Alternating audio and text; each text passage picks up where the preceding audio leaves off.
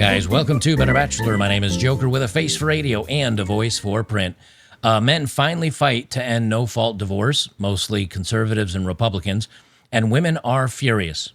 And we'll get into all those articles, and we'll talk about all that stuff. But here's the truth of the matter, the TLDR.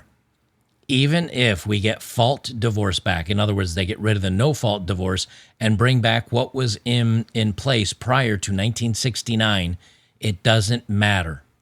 And as a matter of fact, I think it'll actually be worse for men. Now, that may surprise you, but when you hear my argument, I think you'll agree that it doesn't matter if there's fault divorce or no fault divorce. Neither one matters.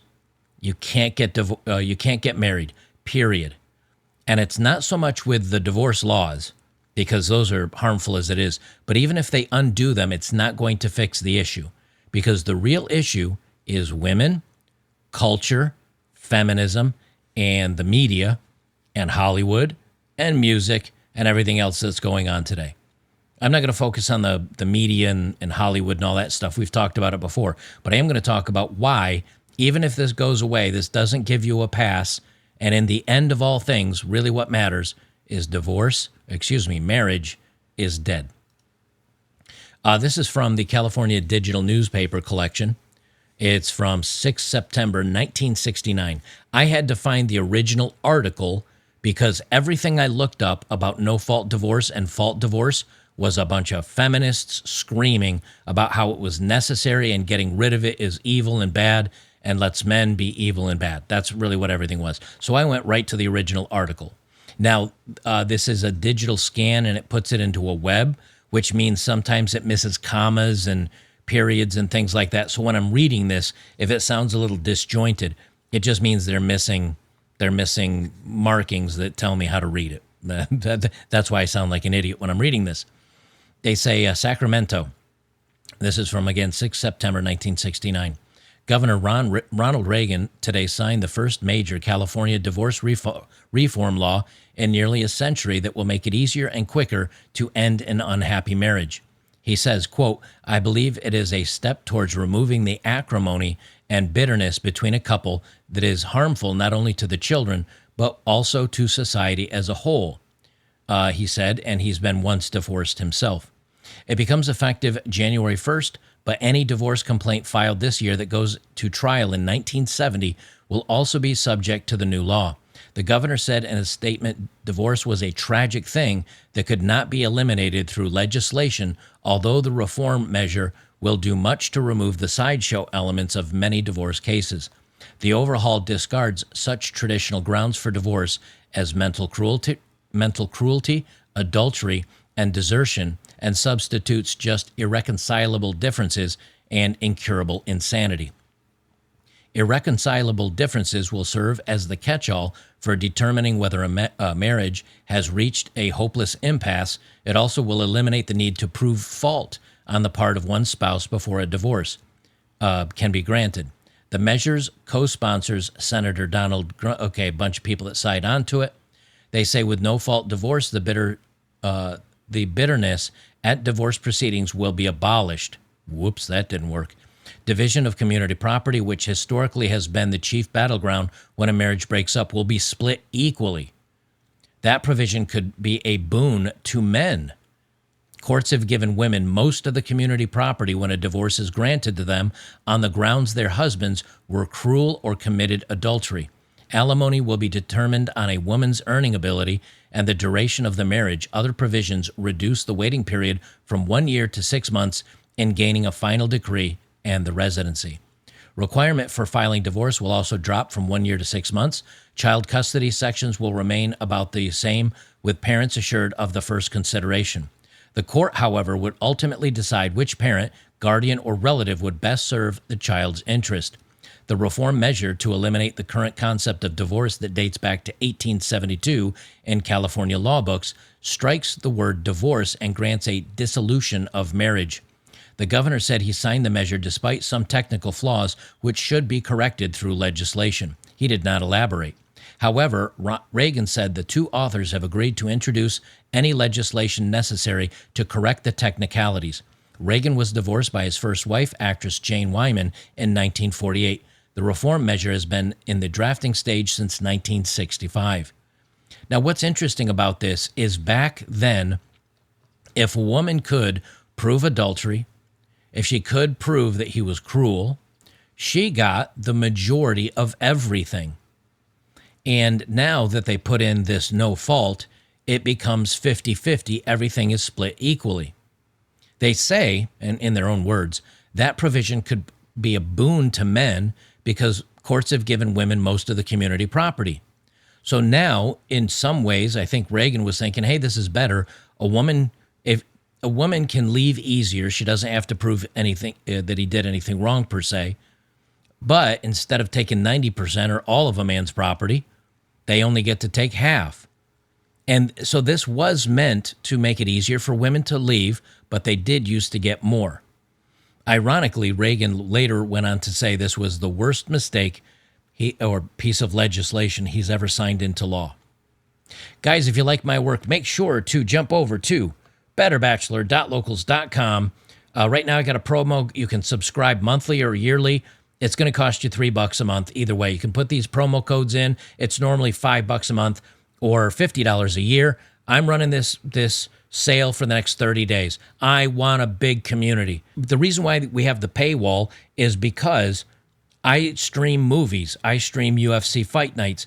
We have a private news feed, and this keeps the dregs out. This keeps the bots and the web crawlers off my site, so we can do what we need to do to have a good community. Come be a supporter today. It is an amazing community of people. I think you guys will really like it. Just go back if you need to, rewind. I got links down below, or you can rewind and read the page that I just put up there. Come join betterbachelor.locals.com. I think you guys will really like it over there.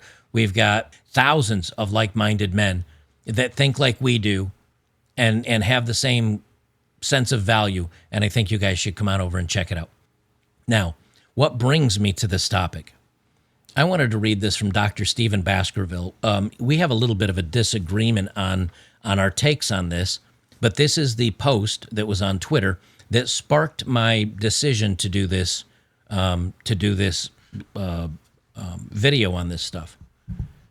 And I think it's important because, again, I'm going to explain at the end why no matter what happens, marriage is dead. It's just, it's done with. He says, the marriage strike. As men discover the terms of marriage and divorce, they have embarked on one of the most remarkable actions of our time. An impromptu boycott or strike of marriage, refusing to marry, start families, or even associate with women altogether. Have anti-father family court policies led to men's marriage strike? Some began noticing more than 2 decades ago.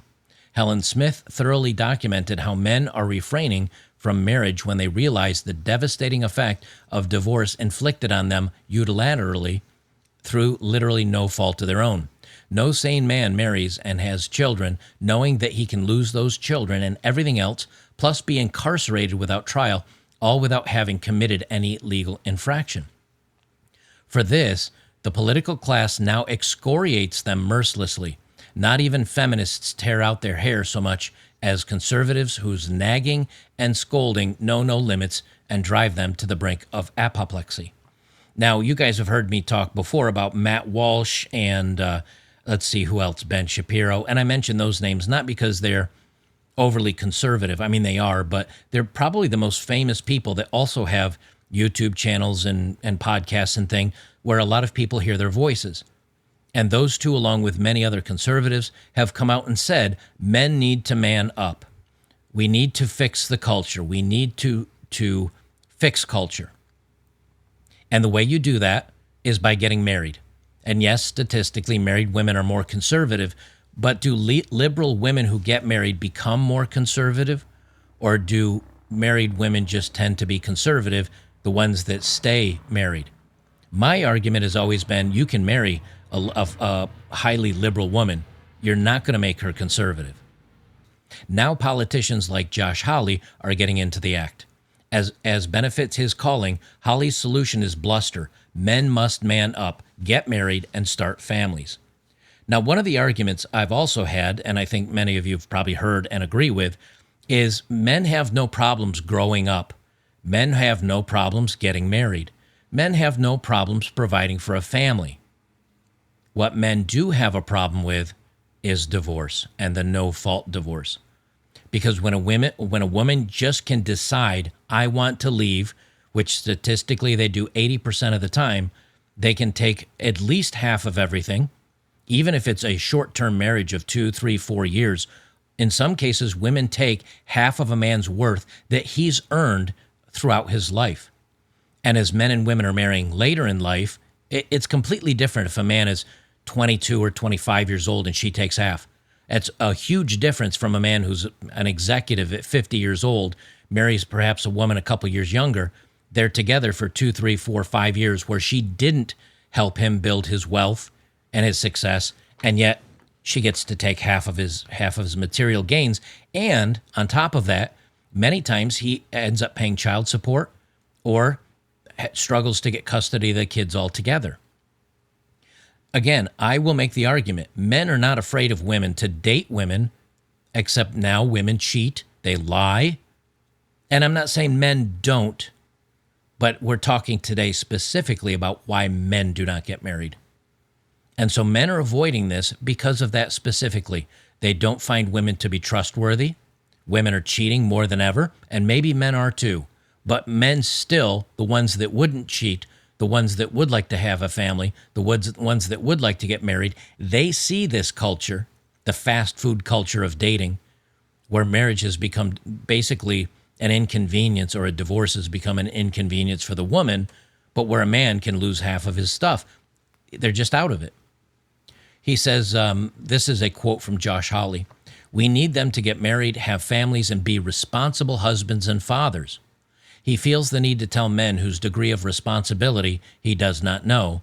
Too many young men are too despairing, too checked out on social media or the websites, looking at the spicy stuff, to be doing what we need them to be doing." We always have to look, and if I were to talk with Josh Hawley about this, or any of the Daily Wire guys, my argument's always the same. Why did men suddenly, over the course of 10 or 15 years, why did they become despairing? Why did they check out? Why did they start watching the websites? Why aren't they marrying? Why aren't they growing up? Men used to have to grow up, provide their value, provide their worth, do as best as they could so they could get an attractive wife they loved, and they would be able to raise a family and have a home and be successful. Women have taken that role. Men don't need to provide anymore. As a matter of fact, women only want men that make more than they do. However, women are out earning men, so it's made that segment of women or men that women can find smaller. So men don't need to provide anymore. Men don't need to protect their home. There's police for that. Men are disposable now to much of society and to the way women look at them. So why does a man need to grow up? The traditional reasons for men growing up are gone. There's no incentive for a man to grow up, because if he does grow up, if he does do the right thing, if he does get married and things go wrong, which again, at almost 52%, I think was the last time I looked at it, 52% of the time it does happen. I mean, it's too big a risk for a man to take all these gambles. But if a man decides to be successful and make good money and earn it and become a upper echelon man, why would he risk half of his things to interact with a woman? Because what did men traditionally get out of a family? They got marriage, but that's not working. They got children, but oftentimes those kids are taken away from them or they lose custody. They got access to the bedroom, to sleeping with a woman that they cared for. Now it's easy to get women legally to sleep with. I mean, there's websites for that stuff. And it's cheered on by feminism, saying that type of work is real work. And so you can't shame women for doing it. Well, if women are going to do it and make it that available, then men have no reason to tie the knot anymore. He goes on to say, he too refrains from criticizing the divorce industry he serves, which would quickly terminate his career. It's a peculiar performance. We do not elect U.S. senators to hear them berate us.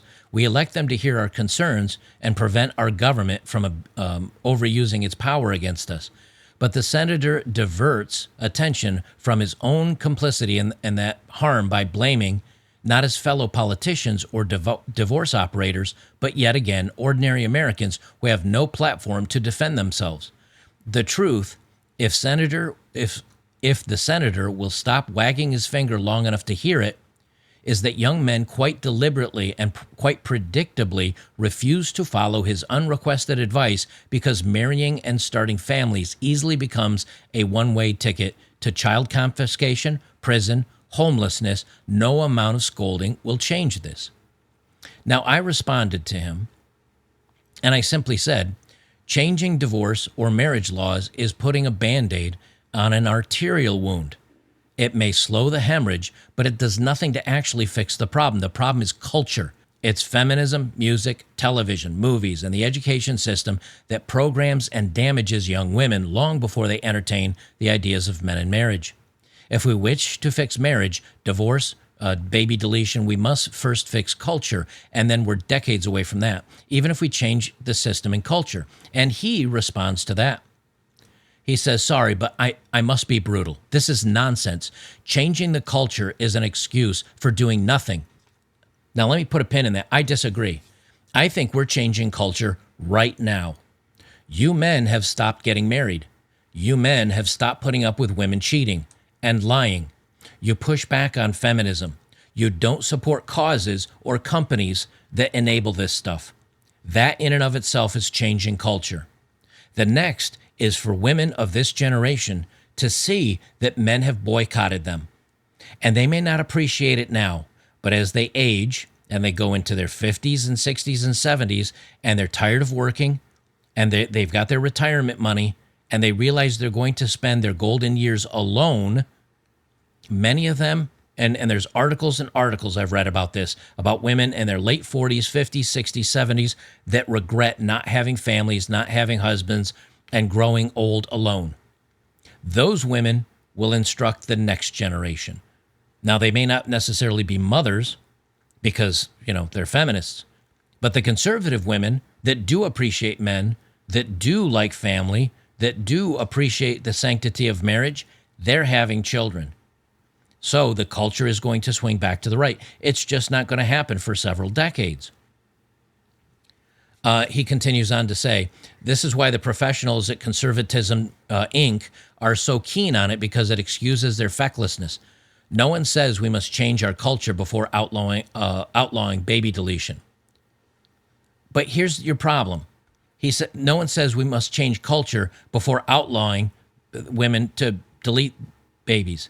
Except right now, and I'm not going to get deep into the politics on this, but we do have to touch on it just a little bit. Right now, you've got one side saying, I'm going to fix the economy, I'm going to fix immigration, I'm going to fix multitudes of issues, I'm going to stop, our combat across the sea, and you've got the other side saying, we're going to bring back baby deletion. And the two sides are 50-50 because you've got women overwhelmingly voting for the left. Their only concern is their sovereignty and the ability to, well, if that's the way it is, you can't outlaw baby deletion because you will never get enough votes to do it because we've swung so far to the left. You must bring it back to center before you can move right. Many people say you must change culture before outlawing that kind of stuff because you do not have the votes or the people or the count to outlaw it. He said, we must focus attention on a small number of pressure points where we have leverage to make a difference. This is one, and the leverage we have is described in my new book. Okay, but I'll tell you right now, this is making a difference, what I'm doing right here. The guys that listen to me, and not just me, mind you, but men's groups, guys that talk about this stuff, other YouTube channels, you guys talking to your friends, you guys making posts on social media, that is starting to change. Look how quickly the red pill went from some, and I don't mean to say red pill necessarily, but men's issues went from being fringe, quote unquote, misogynists that are just incels on the internet to now mainstream media where Elon Musk, Fox News, other podcasters, YouTubers, And even TV shows are bringing this into the forefront. It was all of our work collectively being on the internet and fighting back against this stuff. That's the culture that must change. Now on my thumbnail, you'll notice over here in the corner, I have a little no hymen, no diamond action right there. And the reason why I put that in there is because here, when men say, I want to marry a woman that's not been with another man. I want to marry a woman with a body count of, 0, 1 at most. Because men have that preference now, and this has been out for a little while, but now misogynistic Facebook group insists on women with no partners previously, becomes trending Twitter topic, membership doubles. And their response, feminists are revolting on Twitter against the No Hymen, No Diamond Facebook page. Now you notice something, and this is exactly proves my point. If you notice something, now this was before Elon Musk took over Twitter, and this is probably, who probably started this trend? This was probably Undead Chronic that started this trend, and many of you picked it up and ran with it. You'll notice that it says this started appearing on Twitter in 2014 with advocates of the outdated concept tweeting their support. It's not outdated. To feminists, it's outdated. To women that want to have lots of partners and end up getting pair bonding damaged to where they can't love just one man, to them it doesn't matter. But to a lot of men, it does still matter because they see the ramifications and the damage done to women that have all these partners. But my point here is not so much the responses, but the replies. But if you notice, here's the original post. There's no image there. It says not found. Not found. But here's a feminist replying. This whole trend proves that men have no idea how women's bodies work. Oh, yes, we do. And it's not just about the physical portion of it. It's about the mental damage that's done. They say feminism is needed. Hashtag masculinity so fragile. Now, here's another image. Now, what are these images that are not found? These are the original posts where men were saying, we don't want women with high body counts. We want women with 0 partners. Those were removed from social media. But the ones calling men fragile, the ones shaming men for their preferences, those stayed. This is the culture that I'm talking about that needs to change before no fault or for fault or any type of divorce and any type of marriage actually works. Someone else says it's pointless AF because I can't read these words out loud constantly, and I don't want to take them out because I want you guys to understand the concept of what I'm talking about. It's pointless AF because the woman's V is a social construct created to degrade women for being active, sexually active. No, it's not to degrade you. It's to tell you we don't want you. It's not an argument. It's not a conversation we're going to have. It's that we don't want you because we now see the damage that is done when women are super active. And I've done videos on the actual chemistry in the brain that does permanent pair bonding damage that doesn't let women love men the same. Someone else says this is the most ridiculous thing on Twitter right now, and they share it. Funny thing about this trend is the notion these guys think a woman would want to marry a misogynistic pig anyway. These are the replies. So when a woman says, I want a man that's successful, I want a man that makes good money, I want a man that's tall, I want a man that's athletic, I want a man that does all these things, stunning and brave. Those are just her choices. But when a man says, I don't want a woman that's had any partners or a bunch of partners, I don't want that woman, now he's a misogynistic pig. This is the culture that must change. And I'll tell you, and I'm kind of getting to my point here, but it doesn't matter if it's no fault divorce or fault divorce because it all boils down to something very simple. I'll tell you here in just a second. I'm just kind of going through everything here. Again, now this is just from May 18th of 2023. The right's move against no fault divorce as an attack on women. And then here, how 50 years of no-fault divorce gave us a throwaway culture. 50 years ago this week, Ronald Reagan made what he later admitted was one of the worst mistakes of his political life. As governor of California, he signed a bill bringing no-fault divorce to his state. California was the first state to take the plunge, but by no means the last. Reagan's signature unleashed what became a national divorce revolution. Within 5 years, 44 states would follow suit and pass some form of no-fault divorce. Many lawmakers who pushed for it had fine intentions. At the time, divorce regime had become a sham that made a mockery of the legal system because a judge had to find fault in one spouse to grant a divorce. Spouses would often make phony allegations against each other, sometimes even working in tandem to fool a judge into granting them a divorce. Obviously, this was a problem. Some lawyers called the trend institutionalized perjury. They thought it would be much better to lower the barriers to divorce and thus remove the incentive to make phony allegations. Yet 50 years later, the perverse incentive to commit perjury seems utterly minuscule when compared with the wreckage that came from the divorce revolution. The consequences of no-fault divorce are almost impossible to overstate. It was like dropping a nuclear bomb on our nation's social ecosystem. The blast wave has hit millions of families, and the fallout is worse than we could have imagined. Now, I'm not going to read down through the history of divorce. We've talked about it, and they talk about this stuff in deeper. They talk about this in. I'm not going to go down through it all. They talk about it in deeper diving, but we've covered most of that on this channel. And most recently here in Texas, they say the push to end the no-fault divorce in Texas. And this is updated again just as of this May. And what they're trying to come through with is to an alternative to fault-based divorce and no-fault-based divorce. But either way doesn't matter. And I'll tell you what it all boils down to is one thing. If no-fault divorce continues, women and men can just divorce for any reason. When you can stop something at any point for any reason, it becomes unnecessary. It's not needed. Marriage is a construct that has failed, at least in current times, with the current citizenry, the current social rules that we kind of have right now. It's worthless. And so with no-fault divorce, if a man gets married, she can cheat, she can leave, she can do whatever. So can the guy. But the women are the ones that file overwhelmingly. And as we see many times, it's the women, more often than not, more often than the men, that are actually moving for this.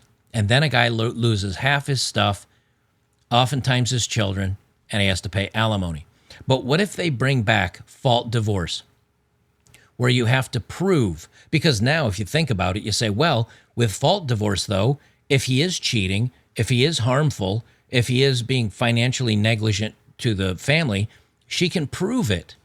And because she can prove it, she would get the divorce. So we should bring back fault divorce, as it were.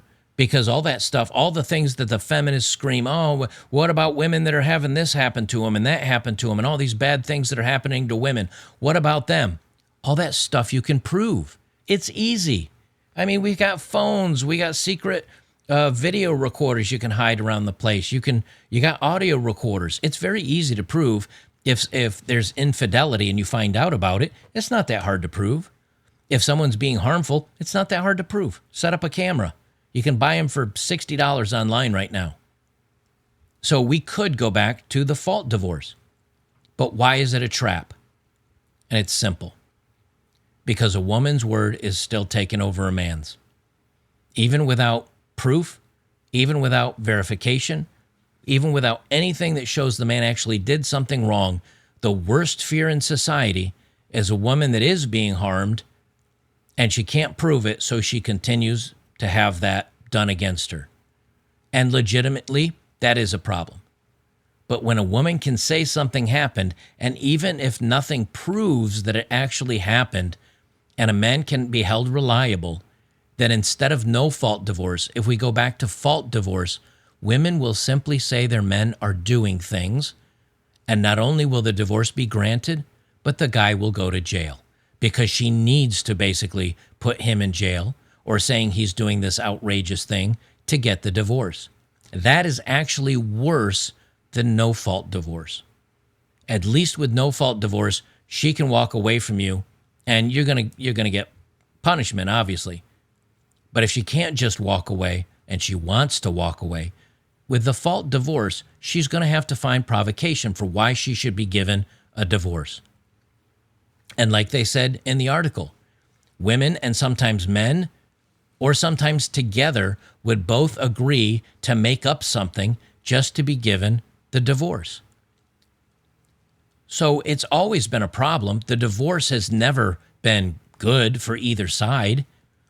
I might argue that the no-fault divorce is better for men because if a woman walked away, at least she didn't get 90% of your stuff. Now she only gets half. And now she doesn't have to make up an allegation against you to get out of the divorce. It's not about the divorce or the divorce laws. It's about the people.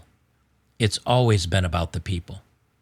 If you have good people in a society that were raised right, that have a belief system, that maybe have God in their lives or religion of some sort, that are actually productive and meaningful, good people that want to do the right things, you've got a great society. You've got marriages that would probably work. You've got low crime. You have very few problems.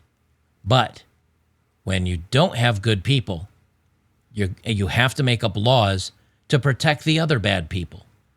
And that's where it all falls apart. None of this, and now that I've been thinking about it a little deeper, it's not even really about the marriage or the divorce or the laws. It's about the people. It's about relationships. It's how they were raised and what they believe and if they're good people or not. And right now, I think we can agree society's filled with not a lot of great people. And you can't fix those great people or bad people, You can't fix those bad people with laws. They need to become good people, or you're always going to have problems. You're always going to have divorce. You're always going to have theft. You're going to always have crime. You're always going to have bad people. And that's why some countries, when you look at around the globe, why do some societies never prosper and others do? It doesn't matter where you are on the globe. It doesn't matter the color of your skin. It doesn't matter who you are as a nationality. What matters is your society. What matters is if you're good people, honest people, if you're people that care about one another and you want the best for the world, not just for yourself. You're not narcissistic and selfish. You want the best for everybody else. That society will flourish. Any other will fail. And right now, the way we've got our society and our values throughout the Western world, no matter what you do, marriage will continue to fail. Relationships will continue to fail. People will continue to fail because they no longer care about their fellow man or the world they live in. They just love themselves. Guys, if you like my work, make sure to jump over to betterbachelor.locals.com. Right now, I got a promo. You can subscribe monthly or yearly.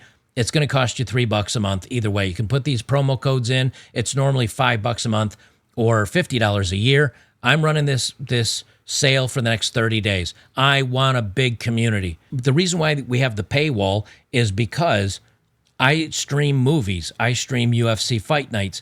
We have a private news feed. And this keeps the dregs out. This keeps the bots and the web crawlers off my site so we can do what we need to do to have a good community. Come be a supporter today. It is an amazing community of people. I think you guys will really like it. Just go back if you need to, rewind. I got links down below, or you can rewind and read the page that I just put up there. Come join betterbachelor.locals.com. I think you guys will really like it over there. We've got thousands of like-minded men that think like we do and have the same sense of value. And I think you guys should come on over and check it out. All right, guys, I'll leave it there. We'll see you in the next one.